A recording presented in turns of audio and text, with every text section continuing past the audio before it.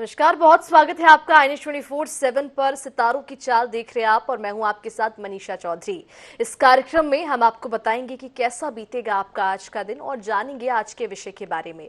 इन सभी बातों पर विस्तार से चर्चा करने के लिए हमारे साथ मौजूद हैं ज्योतिष आचार्य पंडित प्रिया शरण त्रिपाठी जी। पंडित जी, बहुत स्वागत है आपका। जी धन्यवाद। तो चलिए बिना किसी देरी के कार्यक्रम की शुरुआत कर लेते हैं।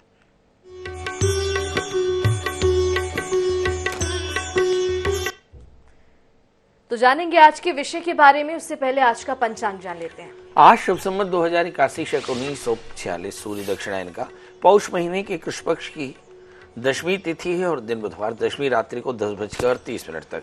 चित्रा नक्षत्र दोपहर 3:22 तक का। चंद्रमा तुला राशि में होंगे। आज का राहु काल 2:45 से 4:06 तक होगा।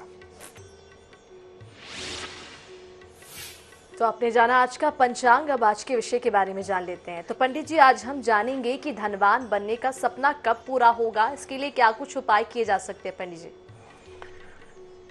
देखिए, जन्म कुंडली का दूसरा भाव धन भाव कहलाता है। दूसरे भाव और इसके अधिपति की स्थिति हमारे संग्रह किए जाने वाले धन की ओर संकेत करती है। मसलन यदि चतुर्थेश धन स्थान में बैठ जाए तो मां से धन मिलेगा। पंचमेश धन स्थान में बैठ जाए तो संतान से मिलेगा। अगर षष्ठेश धन स्थान में बैठ जाए तो मामा मामी से मिलेगा। दशमेश अगर धन स्थान में बैठ जाए तो पिता से धन मिलेगा। तो ये तो आमतौर पे धन की स्थिति है, मगर सबसे बड़ी बात यह है कि इससे केवल धनवान तो बना जा सकता है, पर ये स्थायी धन नहीं होता। हमारी कुंडली में सुखमय जीवन बिताने के लिए चौथा भाव उसके लिए कारक है। पांचवा भाव हमारी उत्पादकता बताता है। छठे भाव में ऋण और दायित्वों का दर्शन है। सातवें भाव में व्यापार में साझेदारों को देखा जाता है। इसके अलावा 11वां भाव आय का और 12वां भाव व्यय का देखा जाता है। प्राचीन काल से ही अर्थस्य अर्थोलोक ऐसा कहा गया। इसका मतलब है कि यदि किसी की जन्म कुंडली में दूसरा भाव, चौथा भाव, पांचवा भाव, छठा भाव, सातवां भाव, 11वां और 12वां भाव ये कमोबेश हमारे धन के बारे में संकेत देते हैं, किंतु केवल दूसरा भाव सक्रिय धन के बारे में बताता है। यदि आपके आय का स्रोत निश्चित ना हो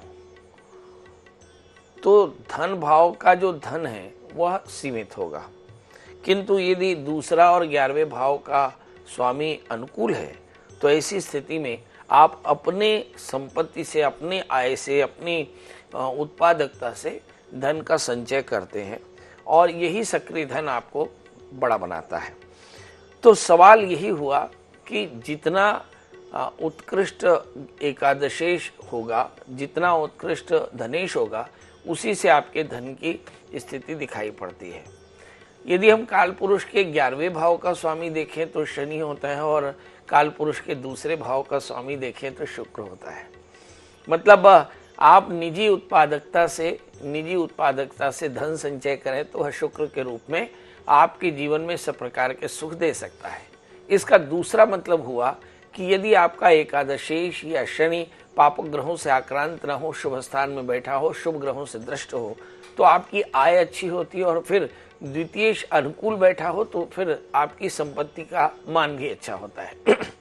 अब सवाल ये उठता है कि यदि अच्छे ना हो तो क्या करना चाहिए?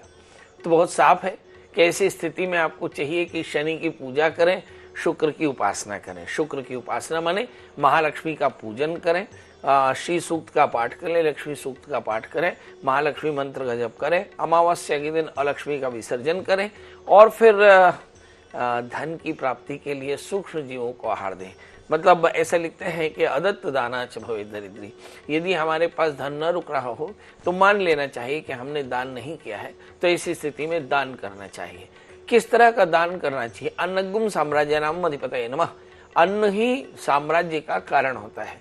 ऐसी स्थिति में आप एक मुट्ठी आटा, एक मुट्ठी शक्कर नियमित रूप से आप सूक्ष्म जीवों के लिए निकालें और एक कटोरे में पानी, और ऐसा नियमित करें या नित्यचर्या में अगर इसे शामिल करें और जीव दया करें, खूब दान करें, तो निश्चित तौर पर आपके जीवन में धन का योग बेहतर होता है। पंडित जी, अक्सर हम धन कमा तो पाते हैं लेकिन उससे बचा नहीं पाते हैं, क्या कुछ उपाय हो सकते हैं इसके? देखिए, धन कमाना एक कला है और धन को संभालना एक कला है। यदि आपका व्ययेश धनेश की तुलना में ज्यादा ताकतवर है तो आपके खर्चे ज्यादा होंगे और आपकी कमाई कम होगी। आपको आपकी कमाई बढ़ानी है तो ऐसी स्थिति में आपको श्री सूक्त का नियमित पाठ करना चाहिए। कहते हैं शंकराचार्य ने धन की वर्षा की थी तो उन्होंने कनक धारा स्तोत्र का पाठ किया था। तो कनक धारा स्तोत्र का पाठ करें या श्री सूक्त का पाठ करें, लक्ष्मी सूक्त का पाठ करें, पुरुष सूक्त का पाठ करें और ऐसा लगातार 1 वर्ष तक करें। नियमित रूप से संध्या काल में जब सूर्यास्त हो जावे तो महालक्ष्मी के सामने एक दिया जलाकर एक लोटे में पानी रख करके आप महालक्ष्मी का पाठ नियमित रूप से करें और श्री सूक्त का पाठ करें, तो आप देखेंगे कि इससे आपकी धन की मात्रा बढ़ेगी, आवक की मात्रा बढ़ेगी और आपके जीवन में सभी प्रकार की सिद्धियां होंगी। तो हम अपने दर्शकों को एक और भी बात बता दें कि हमारे यहाँ लक्ष्मी के 2 रूप हैं। एक तो होती है लक्ष्मी और दूसरी होती है अलक्ष्मी। तो कई बार अलक्ष्मी के कारण में आपके जीवन में अनेक प्रकार की असिद्धियां होती हैं। ऐसी स्थिति में किसी भी महीने के अमावस्या के दिन रात्रि काल में अपने घर को साफ सुथरा करके और घर को दियों से रोशन करके एक अखंड दीप जला करके और महालक्ष्मी का पूजन करना चाहिए और फिर ब्राह्म मुहूर्त में अलक्ष्मी का विसर्जन करना चाहिए। अलक्ष्मी का विसर्जन मतलब एक नए सूपे में नए झाड़ू से पूरे घर में झाड़ू लगा करके और उसका विसर्जन करके और फिर स्नान करके वापस आकर महालक्ष्मी का पूजन करना चाहिए। ऐसे अगर आपने अलक्ष्मी का विसर्जन और लक्ष्मी का पूजन किया तो निश्चित तौर पर जानिए कि आपके जीवन में धन की कमी नहीं रहेगी। जी बिल्कुल पंडित जी, आपसे ये भी जान लेते हैं, धन की बात अगर हम कर रहे हैं तो धनवान बनने के संकेत क्या क्या होते हैं? पहले से कुछ संकेत मिलने लग जाते हैं ना पंडित जी, जब धनवान बनने वाले होते हैं हम, तो क्या कुछ संकेत हो सकते हैं उसकी, क्या कुछ उपाय? देखिए, धन आने का संकेत है जे ही दारुण दुख दे हिम्मत बुद्धि आगे हर ले। जब आपके अंतःकरण में शांति हो जाए, आपके परिवार में शांति हो जाए तो समझ लेना चाहिए कि अब धन का आगम होने वाला है। और जब आपके घर में उपद्रव शुरू हो जाए, जब आपके घर में कुमति उत्पन्न हो जाए तो समझ लेना चाहिए कि धन के जाने का समय आ गया। तो ऐसी स्थिति में हमारी अम्मा कहा करे कि जहाँ कुमति तहाँ संपत्ति, जहाँ सुमति तहाँ संपत्ति नाना, जहाँ कुमति तहाँ विपत्ति विधाना। तो जैसे ही आपके घर में सुमति आ जाए, सब लोग शांत भाव से एक दूसरे की सुनने लगे, एक दूसरे का मान करें, तो समझ लेना कि हमारे घर में धन के आगम का समय शुरू हो गया। जी बिल्कुल पंडित जी, आपसे ये भी जान लेते हैं कि धनवान बनने के लिए कौन से देवी देवताओं की पूजा करनी चाहिए जिससे तुरंत लाभ मिलेगा? ये प्रश्न जटिल है। मेरे निजी जीवन का अनुभव आपको बता देता हूँ। बाल्यावस्था से मैंने श्री सूक्त का पाठ किया और मुझे ऐसा लगता है कि मुझे श्री सूक्त सिद्ध है, महालक्ष्मी की कृपा है। तो जब कभी भी मुझे बहुत धन की आवश्यकता होती है तो मैं श्री सूक्त का पाठ करता हूँ, हवन करता हूँ। मुझे ऐसा लगता है कि फिर धन प्रचुर मात्रा में मुझे मिल जाती है।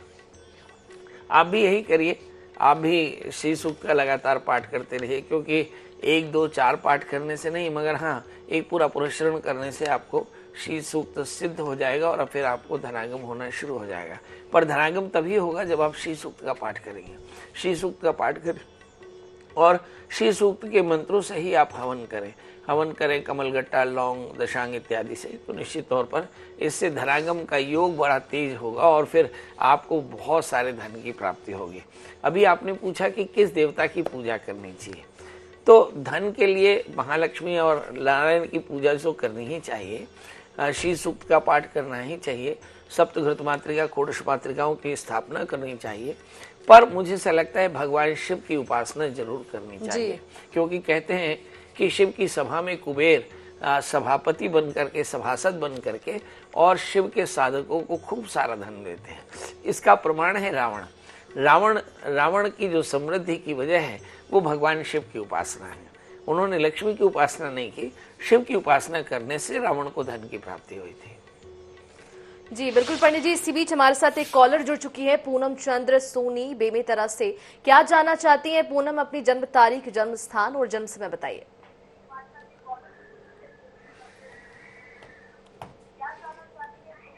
पूनम जी, आप हमें सुन पा रही हैं? मैं छत्तीसगढ़ बेमेतरा जिला पूनम चंद्र सोनी बोल रहा हूँ, बेमेतरा जिला से। जी बताइए। और मेरा जन्म तिथि है 15/11/79 है मेरा। 15/11/79।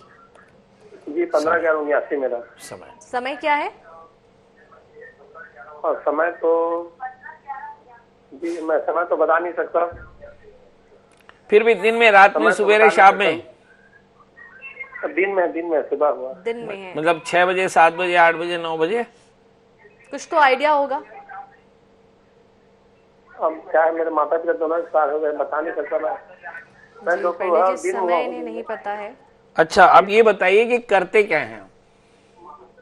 मैं बस में कंडक्टर हूँ सर। बस में कंडक्टर हैं, बहुत बढ़िया। क्या जानना चाहते हैं आप? हाँ, मेरा जन्म तिथि के बारे में देख के बताइए सर, मेरा भविष्य कैसे रहेगा। चलिए आइए। और शादी आपकी हो गई? भविष्य में जानना चाहता हूँ सर, क्या आगे सक्सेस हुआ। मैं परिचालक काम करता हूँ। अरे प्रभु, शादी हुई कि नहीं? शादी हो गई सर। किस उम्र में हुई? मेरा शादी हुआ है सर 22 वर्ष में हुआ। बहुत हाँ हुआ, बढ़िया, शादी हो गई सर बहुत बढ़िया। चलिए, 22 साल में।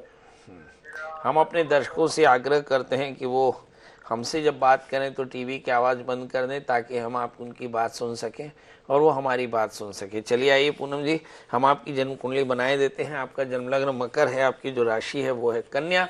आप आपके 8वें स्थान में मंगल, गुरु और राहु, ये अंगारक दोष और गुरु चांडाल दोष एक साथ पैदा करते हैं, और इसी के चलते आपके जीवन में अनेक प्रकार की विषमताएं हैं, अनेक प्रकार के व्यवधान हैं। इस समय जो दशाएं चल रही हैं, गुरु की महादशा में शुक्र का अंतर है। मुझे ऐसा लगता है कि आपने कोई घर या तो खरीद लिया या खरीदना चाहते हैं। कुल मिलाकर के संपत्ति पर कोई इन्वेस्टमेंट कर लिया या करना चाहते हैं और शायद करना चाहते हैं इसलिए धन की कमी है, कर लिया है तो धन की कमी है। इस वक्त आप काफी तनाव महसूस कर रहे हैं, क्योंकि जो शुक्र की अंतर्दशाएं हैं उसमें इसका ये लक्षण है, और ये लगभग 2026 तक रहेगा। सवाल यह है कि शुक्र आपकी जन्म कुंडली में दशमाधिपति होकर के 11वें स्थान में है।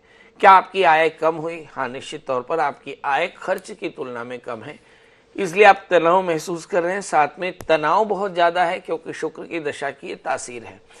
इसके अलावा आपको अनिद्रा, बालों का झड़ना, वजन का कम ज्यादा होना और बहुत अधिक टेंशन होना, ये इसका लक्षण है। तो सवाल है कि क्या करना चाहिए। तो आपको 2 उद्यम करने होंगे। एक तो अंगारक दोष और गुरु चांडाल दोषों की शांति करानी होगी, जो श्रवण नक्षत्र में किसी नदी के किनारे देवता के मंदिर में किसी विद्वान आचार्य के निर्देश में कराएं। और दूसरा, शुक्र की शांति के लिए नियमित रूप से आप भगवती महामाया के दर्शन करें और एक घी का दिया मंदिर में जाकर जलाएं। और ऐसा करने से 1 वर्ष के भीतर आपके जीवन में जबरदस्त समृद्धि होगी और आपके जीवन में सब प्रकार का लाभ आपको प्राप्त हो पाएगा। जी बिल्कुल पंडित जी। पंडित जी, 12 राशियों का राशिफल जान लेते हैं, कैसा बीतने वाला उनका आज का दिन। चलिए 12 राशियों का सफर शुरू किए लेते हैं और बात कर लेते हैं। आज हमने एक बार राहु की बात की, शनि की बात की, आज कर लेते हैं गुरु जी। ऐसा कहते हैं कि गुरु जो है वो भाग्येश है और गुरु व्ययेश है। आज चर्चा यही कह रहे हैं कि धन कैसे प्राप्त होगा। तो हम देखें अपने दर्शकों के लिए कि आज के दिन 12 राशि वाले जातक हैं, उनको धन की प्राप्ति के योग कैसे रहेंगे। बात करते हैं सबसे पहले मेष यानी अरीज की। इस राशि में अगर हम देखें तो 3 बड़े सिग्निफिकेंट हैं। नंबर 1, शनि 11वें स्थान में है, मतलब आय की स्थिति बढ़िया रहेगी। और भाग्येश बृहस्पति धन स्थान में बैठे हैं, संपत्ति भी बढ़िया है। 12वें स्थान में राहु है, खर्च बहुत ज्यादा है। करना क्या चाहिए? बहुत छोटा सा काम, भगवान शिव में जाकर के, भगवान शिव के मंदिर में जाकर के बढ़िया धतूरे का फूल चढ़ाएं, शिव महिमन स्तोत्र का पाठ करें, अभिषेक करें, तो आज का दिन बेहतर। अब बात कर लेते हैं दोस्तों वृषभ यानी टॉरस की। अब इस राशि में लग्न में ही बृहस्पति पड़े हैं। 12 वर्ष बाद ऐसा समय आया है कि इनके जीवन में जो ये चाह रहे हैं वो हो रहा है। मतलब 12 राशियों में सबसे बेहतरीन राशि वृषभ राशि है। इस पर धन की कहीं कोई कमी नहीं।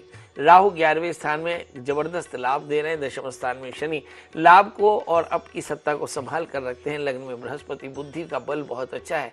मतलब कुल मिलाकर के धन आपके लिए काफी अच्छा रहेगा। सवाल यह है क्या कुछ कर लेना चाहिए? जरूर करना चाहिए।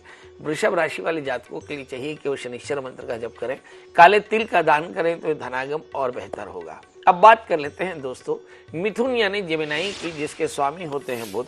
इस समय मिथुन राशि वाले जातकों के लिए देखते हैं कि जो शनि है वो भाग्य स्थान में है और राहु दशम स्थान में और बृहस्पति 12वें स्थान में। मतलब जब शनि भाग्य स्थान में है तो आपके पास अवसर है। दशम स्थान में राहु है, मतलब वर्क प्लेस में आपका होल्ड बहुत अच्छा है। मगर 12वें स्थान में बृहस्पति बैठे हैं। बॉसेस की नाराजगी, पिता का स्वास्थ्य या फिर आपका अपना निजी आत्मविश्वास या दोस्तों के साथ आपके रिलेशन या लाइफ पार्टनर के साथ आपके रिलेशन या लव लाइफ में आपका इमोशनल स्ट्रेंथ, ये सारा कुछ खराब पड़ा है। और यही हमारे यहाँ हमारी अम्मा का है, जहाँ कुमति तहाँ विपत्ति विधाना। इसका मतलब यह है कि मिथुन राशि वाले जातक काफ़ी परेशान महसूस हो सकते हैं। अब सवाल ये है कि इसके लिए करना क्या चाहिए। जब बृहस्पति 12वें हों तो बृहस्पति के मंत्र का जप करें। कहते हैं कि बृहस्पति का ग्रह बल सबसे ज्यादा है। यदि बृहस्पति किसी जातक की कुंडली में 12वें बैठ जाए, इसका मतलब कि उसकी जिंदगी में सब कुछ ज्यादा हानिकारक हो सकता है। तो बृहस्पति के मंत्रों का जप करें, बड़ों का आशीष लें, गुड़ चने का दान करके दिन की शुरुआत करें तो दिन बेहतर होगा। बात कर लेते हैं दोस्तों कर्क यानी कैंसर की। इस राशि में हम देख ही लेते हैं कि शनि 8वें स्थान में, राहु भाग्य स्थान में और फिर बृहस्पति 11वें स्थान में। बृहस्पति के 11वें स्थान में देखकर ऐसा लगता है कि बहुत बढ़िया है, बृहस्पति भाग्येश होकर के 11वें स्थान में है, यानी आपके पास अवसर तो ढेर है।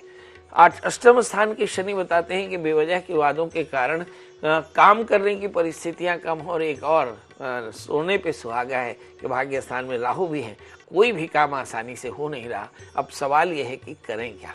नंबर 1 विवादों से बचकर रहें। नंबर 2 भगवान शिव की शरणागति में जाएं और वहां शिव महिमन स्तोत्र का पाठ करें और फिर गुड़ चने का दान करें तो आज का दिन बेहतर। अब बात कर लेते हैं दोस्तों सिंह यानी लियो। इस राशि में अब अगर हम देखें तो हम देख पा रहे हैं कि सप्तमी शनि है और सप्तम भाव में शनि स्वग्रही होकर बैठे और 8वें स्थान में राहु और बृहस्पति इस समय दशम स्थान में। मतलब क्या है इसका? मतलब ये है कि 7वें स्थान में शनि आपके रिलेशंस को थोड़ा फायरी बनाते हैं। 8वें स्थान में राहु अनावश्यक विवाद देते हैं। दूसरे स्थान के केतु आपके जीवन में धन को लेकर के बड़ी यात्राएं होती हैं और बृहस्पति आपके काम को थोड़ी सुरक्षा देते हैं। मतलब यदि आप चाहते हो कि आपके जीवन में सब कुछ ठीक हो तो विवादों से, लिटिगेशन से अपने आप को बचाकर चलना होगा और इसके लिए आपको दत्तात्रेय कवच का पाठ करना होगा, तो इससे आपको फायदा होगा। हाँ, इसके अलावा आप काले तिल, काले उड़द का दान करें, भगवान शिव को प्रणाम करें तो आज का दिन बेहतर। अब बात कर लेते हैं दोस्तों कन्या यानी वर्गो यानी मेरी राशि की। इस राशि में लगन में केतु है, मतलब आपके पास में समग्र दैवी शक्तियां हैं जिनका इस्तेमाल करके आप खूब मेहनत करके सरवाइव कर रहे हैं। मतलब बहुत आसान जिंदगी नहीं है। 6ठे स्थान में शनि है जो ऋण, रोग, व्याधि, शत्रुता की खूब भरमार करते हैं। 7वें स्थान में राहु पूरे रूटीन में आपको चीट करने वाले लोगों की अधिकता हो सकती है, इसलिए आपको बहुत अधिक कमाना होगा और अपने काम में बहुत ज़्यादा केयरफुल रहना होगा, वरना आप अपने चीटिंग से ही काफ़ी परेशान हो सकते हैं। सवाल यह है कि क्या कुछ करना चाहिए।